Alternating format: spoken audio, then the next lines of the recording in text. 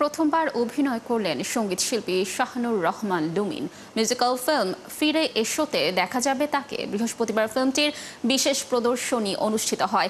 এদিন সেখানে চলচ্চিত্রটির কলা কুশলী ছাড়াও উপস্থিত ছিলেন সঙ্গীত অঙ্গনের গুণীজনরা। দর্শক আরও জানাচ্ছেন আরিফ হক। দুজন মানুষের হঠাৎ দেখা হওয়া, তারপর বন্ধুত্ব এবং প্রণয়, এমনই এক গল্প নিয়ে নির্মিত হয়েছে মিউজিক্যাল ফিল্ম ফিরে এসো। এই ফিল্ম দিয়ে অভিনয় যাত্রা শুরু করলেন জনপ্রিয় সঙ্গীত শিল্পী শাহানুর রহমান লুমিন। ব্যতিক্রমী ধারণা দেখেই আগ্রহী হয়েছেন তিনি। আমার প্ল্যান ছিল এটা একটা মিউজিক ভিডিও হবে, বাট এই প্ল্যানটা চেঞ্জ করে দিয়েছে আমার ডিরেক্টর বন্ধু রাজিবুল হোসেন।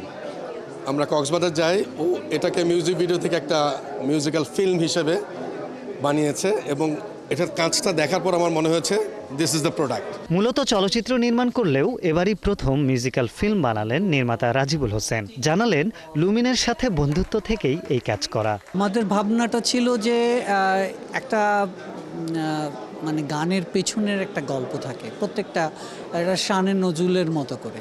তো সেই গল্পটাকে যদি হাজির করা যায়, আমরা শুধুমাত্র মিউজিক ভিডিও দেখি, কিন্তু এর পেছনের গল্পটা সহ যদি একটা শর্ট ফিল্মের মতো করে হাজির করা যায়, that will be very interesting. তো ওই জায়গা থেকে আসলে এই ফিরে এসো গানটির ভাবনা আর কি। বাংলা সঙ্গীত চর্চায় নতুন মাত্রা যোগ করতে এই আয়োজনের উদ্যোগ নিয়েছে ইউনিভার্সাল মেডিকেল কলেজ হাসপাতাল। প্রতিষ্ঠানের ব্যবস্থাপনা পরিচালক জানান, তরুণ প্রজন্মকে সুস্থ বিনোদনে অনুপ্রাণিত করতেই এই আয়োজন।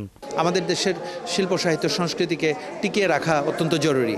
তাই ফিরে এসোর যে গল্পটি একটি মিউজিক্যাল, সাধারণত আমরা দেখে থাকি মিউজিক্যাল ভিডিও হয়, কিন্তু মিউজিক্যাল ফিল্ম, এই আইডিয়াটি আমাকে মুগ্ধ করেছে। অনুষ্ঠানে যোগ দেন দেশের ব্যান্ড জগতের তারকারা। তারাও লুমিনকে শুভকামনা জানান। লুমিনকে আবার congratulations for an excellent work. Studio আরামকেদারের প্রযোজনায় এই ফিল্মটি ওটিটি প্ল্যাটফর্ম চরকিতে উপভোগ করতে পারবেন দর্শকরা। আরিফ হক, ৭১, ঢাকা।